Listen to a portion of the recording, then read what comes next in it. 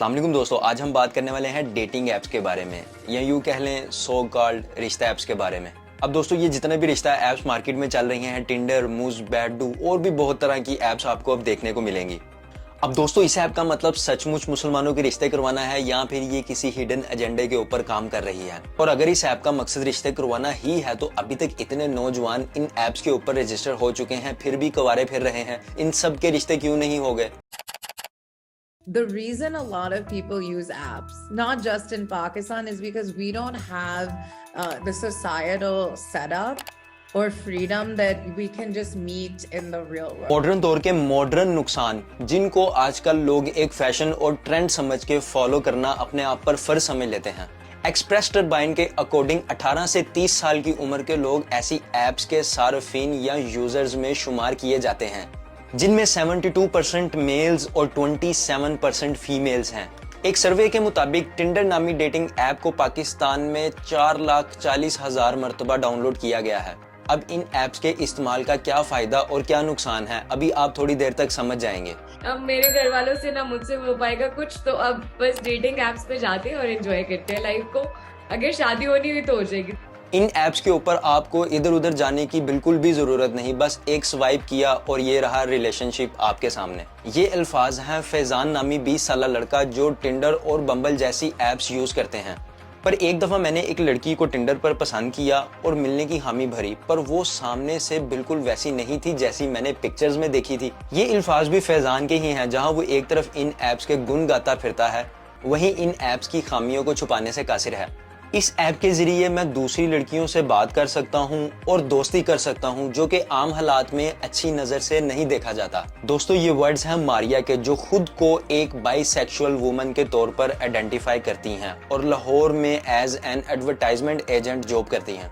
I've met a handful of really good, decent people, and two of them have actually become my good friends who I actually talk to regularly. चले दोस्तों, ये तो हो गई बात उन लोगों के ख्यालात की जो इन ऐप्स को सपोर्ट करते हैं और मैक्सिमम टाइम इन्हें इससे डेट्स मिल भी जाती हैं। लेकिन अब बात करते हैं रिमशा नामी लड़की की, जो कराची से ताल्लुक रखती हैं और इस ऐप के हाथों कई बार धोखा खा चुकी हैं।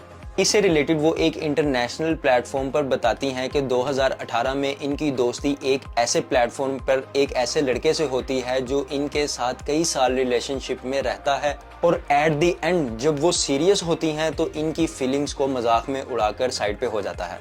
लोग वो नहीं होते जो दिखाते हैं, बहुत फेक होते हैं, इन्फॉर्मेशन फेक होती है, उनकी आइडेंटिटी फेक होती है, फोटोज फेक होती हैं। ये ऐप्स जहां मॉडर्निज्म को फरोग दे रही हैं, वहीं गैर अहलाकी अमाल का घर भी बन जाती हैं। जो स्टेटमेंट्स मैंने आपको वीडियो के स्टार्ट में बताई हैं, इससे आपको अंदाजा तो हो ही गया होगा कि हमारी कौम के नौजवानों में इस बात का शौर खत्म हो चुका है कि हमारे मुआशरे में क्या चीज हलाल है और क्या हराम है। तो ये सो कॉल्ड डेटिंग ऐप्स जो कि रिश्ता ऐप के तौर पर आपको पेश की गई हैं, इनके ऊपर अपना यूजर आईडीज बनाने से ये लोग अपनी प्राइवेसी को भी खतरे में डालते हैं, जहां पे ये अपनी पर्सनल इंफॉर्मेशन और पर्सनल पिक्चर्स वगैरह भी शेयर करते हैं। और बिलआखिर इस तरह की ऐप्स का मजीद इस्तेमाल इन लोगों को आहिस्ता आहिस्ता दीन से दूर ले जाता है। और दोस्तों आहिस्ता आहिस्ता ये ऐप्स इनकी रूटीन में इस तरह से रच बस जाती हैं कि इनको अच्छे और बुरे का फर्क भी नजर नहीं आता। अब डेटिंग ऐप्स ने जहां लोगों को एक दूसरे के करीब किया है, वहीं लोगों के दरमियान से शर्म का पर्दा भी उठा दिया है। और ये बात फैजान और मारिया की स्टेटमेंट से साबित है कि कैसे वो लोग इन प्लेटफॉर्म्स को फहाशी के सोर्स के तौर पर भी यूज करने से कासिर नहीं हैं। ये मगरबी कल्चर को परवान चढ़ाने का एक और बहाना है जो यकीनन मुसलमानों की बर्बादी का सबब बन जा रहा है। अब दोस्तों एक और रिपोर्ट जो कि गार्डियन पर शाया हुई है, इसके अकॉर्डिंग एक शख्स ने इन वेबसाइट्स पर अपना एक्सपीरियंस बताया कि वैसे तो ये वेबसाइट्स रिलेशनशिप ढूंढने का बहुत अच्छा जरिया है, पर अगर कोई गलत शख्स आपके कांटेक्ट में आ जाए तो आपके एक्सपीरियंस अच्छा नहीं होता। इन सब से कोई नुकसान नहीं होता, पर बुरा जरूर फील होता है। जैसे कई बार मेरा पाला कुछ ऐसी औरतों से पड़ा जो बातचीत के मराहिल से गुजरे बगैर ही गैर अहलाकी अमल में दिलचस्पी जाहिर कर देती थीं, और मैं उन्हें मना करूं या टालने की कोशिश करूं तो वो मेरे ऊपर गलत इल्जामात लगाना शुरू कर देती थीं और उल्टा मुझे धमकियां भी देती थीं। इससे आपको इस बात का अंदाजा तो हो ही गया कि अगर ये डेटिंग ऐप्स बज़ाहिर इसके यूजर को गलत नहीं लगती, लेकिन ये कहीं ना कहीं उन्हें सही और सेफ भी नहीं लगती। اب دوستوں ان ایپس کا ایک اور مقصد بھی ہمارے معاشرے میں ہم جنس پرستی کو فروغ دینا ہے، اور میں یہاں پہ دوستوں آپ کے ساتھ دعویٰ کرتا ہوں کہ آپ میں سے کسی بھی لڑکے نے ان ایپس کو انسٹال کیا ہوگا تو ان میں سے 90% ایسے لوگ ہوں گے جن کو یہاں پہ بائی سیکشول لوگ ملے ہوں گے یا پھر گیز ملے ہوں گے۔ اب دوستو یہ ایپس اتنی ایزی ایکسیسیبل ہیں کہ یہ کچی عمر کے بچوں کی پہنچ میں بھی ہیں یا بہت چھوٹی عمر کے بچوں کی پہنچ میں بھی بآسانی ہیں۔ ایک اور ریسرچ کے اکارڈنگ انہوں نے نہ صرف ہم جنس پرستی کو بلکہ شادی شدہ لوگوں میں ایکسٹرا میریجل افیئرز یعنی ناجائز تعلقات کو بھی عام کر رہا ہے۔ اب دوستو یہاں پہ آ کر تو یہ سب ہو گئی دنیاوی برائیاں، لیکن ان ایپس کے استعمال کو اسلام کے نظریے سے دیکھا جائے تو اس میں ہمیں کئی نقصانات نظر آئیں گے۔ جیسا کہ ایک حدیث کے مطابق رسول پاک صلی اللہ علیہ وآلہ وسلم نے فرمایا، کوئی آدمی کسی عورت کے ساتھ ہرگز تنہائی اختیار نہ کرے سوائے یہ کہ اس کے ساتھ کوئی محرم ہو۔